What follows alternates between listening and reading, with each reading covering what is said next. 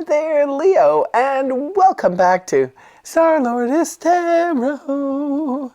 This is your tarot forecast for the month of April 2025. I went ahead, shuffled the cards, laid them all out in the monthly format. We're going to start off with your overall energy and break it down week by week. So here we go. Leo, your overall energy is the Four of Pentacles in the upright position. Somebody's holding on too tightly. Some of you are holding on too tightly to old belief systems. Some of you are holding on too tightly. This is my hoarder card in the upright. You're holding on too tightly to material goods. Maybe it's time to have a garage sale, start letting go of some of that stuff. Others of you, this could simply represent a need to save. Maybe some of you are starting to put away money this month because you have an event coming up later on in the year, or it could be you're just needing to start a savings account so you have some cash to fall back on for whatever reason.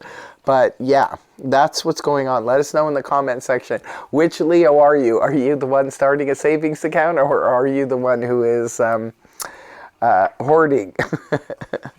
In week one, you have two tens here. The Ten of Wands in the upright, rooted down by the Ten of Cups upright. Ten of Wands represents a lot of burdens. There's so much burdens on you coming into the month of April. Now, see, this can happen sometimes when it's a temporary situation. Like this will often come up in personal reads for people who are right on the brink of moving. Like this is packing and this is moving, is a very, very strenuous, daunting, and very much Ten of Wands energy. And for any of you who have ever moved, you can totally understand what I'm talking about here. So that's a case where it could be a temporary situation. You finally move, you get everything unpacked, and then boom, this turns upside down. Others of you could be temporarily looking after Leos. You guys tend to be extremely generous with your time, your generous spirits. And so you will sometimes pick up the slack for other people. Could be co-workers, friends, family members, and so forth, and help carry their load for them. So this could be a case too where you're covering for someone or you're doing something extra for somebody.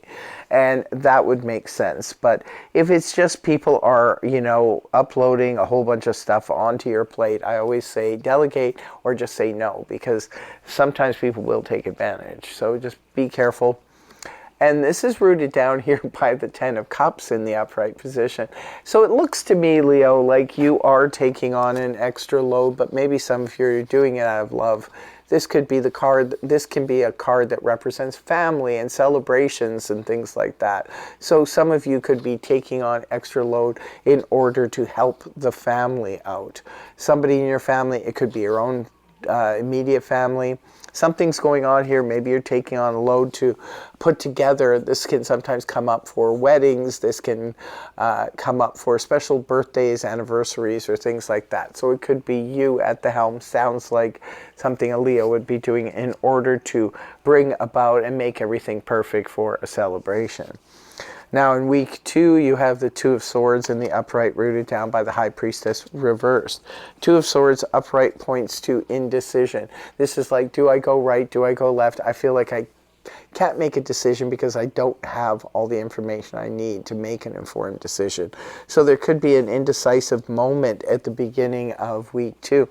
But look at this. You have the High Priestess reversed, rooting it down, which indicates you will be getting the information. For some of you, perhaps like the High Priestess upright can point to things that are unknown. We don't know what's going on behind the scenes, blah, blah, blah. But then when it's reversed, this is where we find out. So this could be you find out Pandora's box opens up, you find out the truth about a matter, you find out some family secrets, or you find out some things, and that could, in itself could be causing the confusion for you, some of you.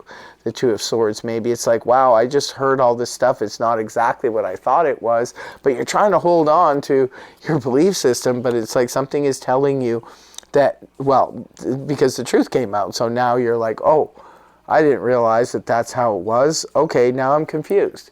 It could be the situation for some of you, or when you're in an indecisive moment in week two, something comes out and it helps you to understand what's really going on here, which will give you the truth and help you to make an informed decision going forward. Week 3, you have the Empress rooted down by the Five of Wands. Everybody's getting the Five of Wands this month. There's got to be a lot of drama going on.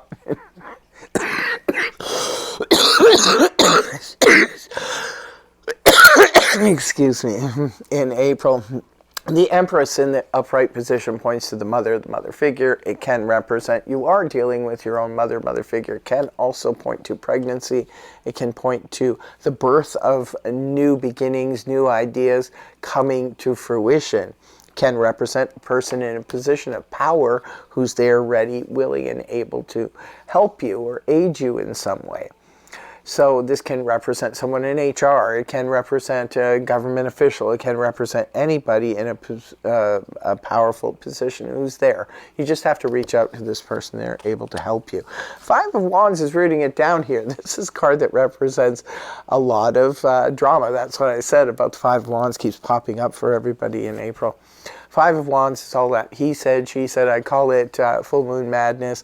That week before the full moon where everybody gets all up in arms. After the full moon is come and gone, nobody cares about it anymore. They just move on to life.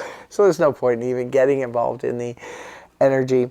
But this can also point to stiff competition. If you compete for a living or in a hobby or something, that could make a difference. The Empress being here with the competition card could represent someone in a position of power is helping you to, you know, be victorious in a situation. Could also represent that perhaps you're, like, say for example, you find out you're pregnant. Maybe it's causing a stir and causing some drama. Could be talking to somebody and it's causing some drama in your family or your neighborhood or your work situation. Week 4, you have the Eight of Pentacles in the upright, rooted down by Major Arcana, the Fool. So the Eight of Pentacles is all about the worker bee. It's like nose to the grindstone. When Leo gets to work, do not get in their way. They're very focused and very dedicated. So it could be that something's come about here and you're throwing yourself into work. There could be a need for it in week 4. But you're just very much focused on making your money, doing what you need to do to progress, to move forward, because the Fool is here rooting it down, which is about a brand new start. And some of you could be starting a new business, some of you could be starting a new job, or starting a new relationship, or starting something, then you're focused very much on it. And that's what you want to do going forward. You're very, well, Leo, you're a fixed sign, and fixed signs like to remain steadfast with the things that they do. And it could be, you know, your fixedness is why you're having trouble letting go of old belief systems. But you know what, in week 2, whatever you're finding out here, and is coming to your attention, I would go with it because it looks like the truth is out there, and it's just maybe it's going to take a little time for you to process it. And now, in closing, I will be pulling 2 cards from the Zodiac deck. One is for love and romance. What do we have for Leo? We have Capricorn number 22, accomplishment. So some of you, Capricorn could be the love interest. For others of you, it could be a Capricorn introduces you to somebody new. Could be something really special happens in your love life on the 22nd of April or when the moon is in Capricorn. And the next card is for career and finance. What do we have for Leo, career and finance?